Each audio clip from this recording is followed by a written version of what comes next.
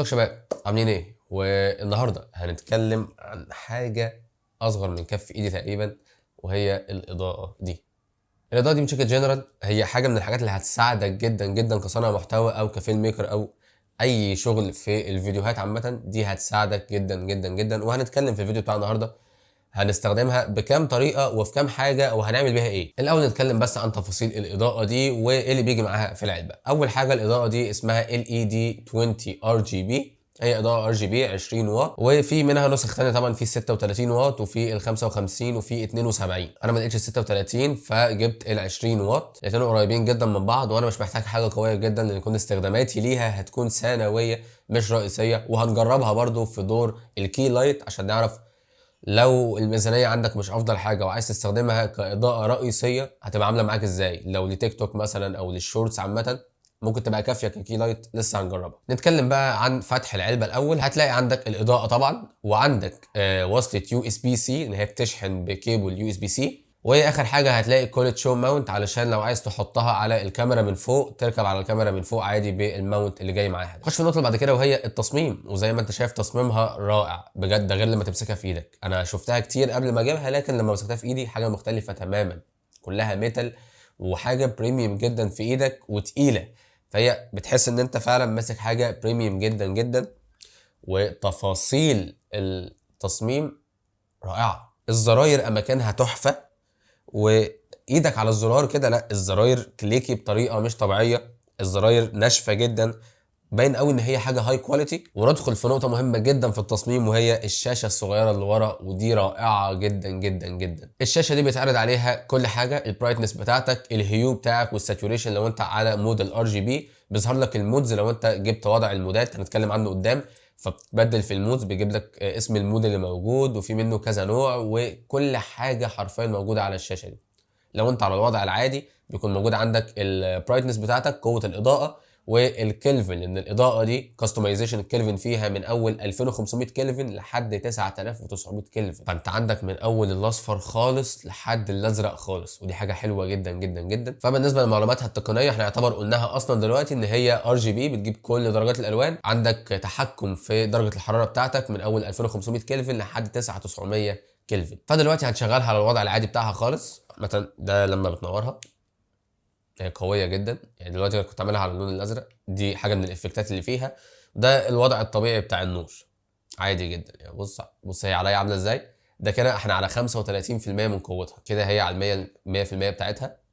نقدر بقى نادجست الكلفن بتاعنا، يعني كده احنا نزلنا لحد ال 2500، اصفر حاجه ممكنه، ضوء اصفر جدا هنحطها دلوقتي مكان الرينج لايت، وهي ممكن تعمل العكس توصل لحد ازرق حاجه ممكنه.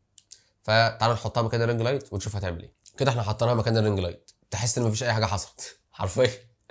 انا اللي حاسه حاجه واحده بس، وهي ان هي اقوى منه شويه، عشان دلوقتي انا عاملها على الماكس برايتنس بتاعتها، هي كده على 100%، فتحسها بس اقوى منه شويه، ده الفرق الوحيد. دي حاجه حلوه اصلا. يعني لو انت شلت الرينج لايت كامل حطيت مكانه حته البتاع اللي قد كده دي، مديك نفس الاداء تقريبا واقوى كمان كشده اضاءه. الميزه بقى ايه؟ ان انت هنا ممكن تغير اللون خالص، ممكن تعملها بلون مختلف. كده خليناها على الازرق بقت ماشيه مع الكيسه اللي ورا، بقت زرقاء ضربه على الكيسه ازرق، وضربه عليا هنا ازرق. ممكن اخليها لون تاني خالص عادي، لو عايز احمر موجود برده، طبعا هي فيها كل الالوان، بس بوريك عامه اللوك اللي هي ممكن تديه. خلينا نرجع بقى الرينج لايت مكانه، كده احنا رجعنا تاني للرينج لايت.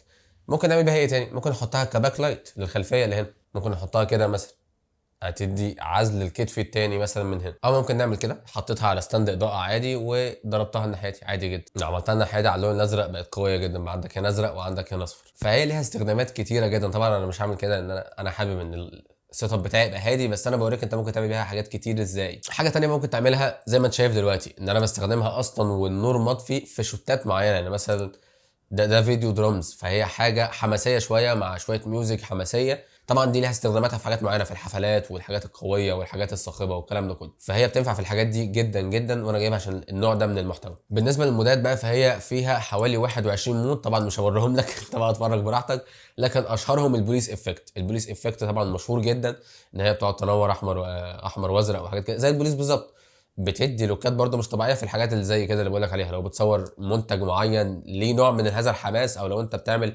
زي فيديو تشويق المنتج مش عايز تعلن عنه، فممكن تعملها مع شويه ميوزك عاليه كنوع من التشويق.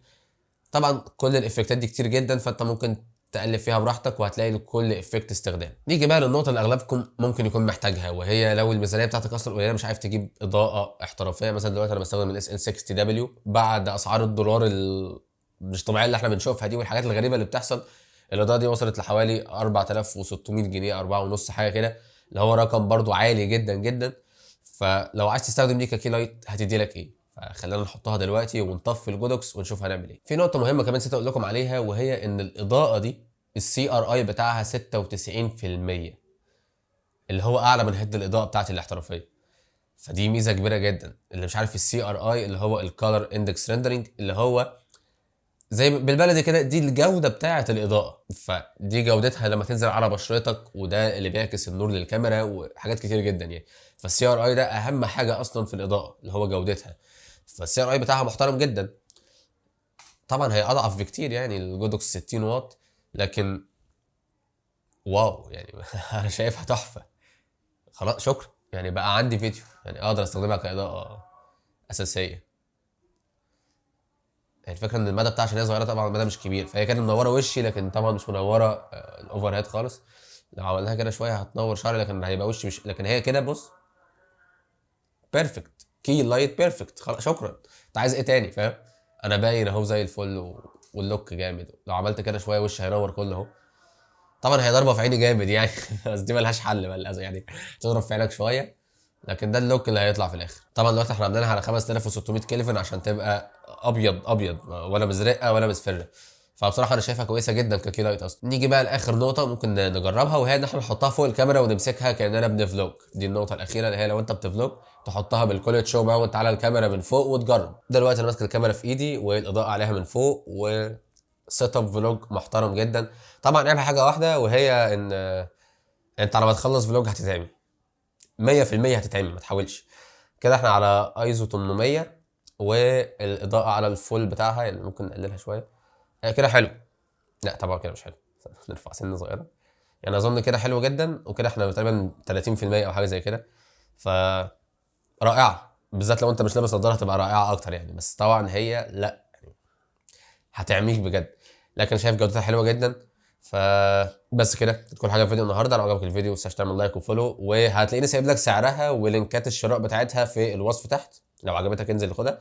وانا شايف ان هي مفيده جدا لاي حد هيستخدمها كاضاءه سنويه. ككي لايت هي محترمه، بالذات لو هتصور فيديوهات بالطول. يعني دلوقتي عشان انا الفيديو بالعرض فاهمني، هي منوره عليا كويس جدا لكن الجناب سودة.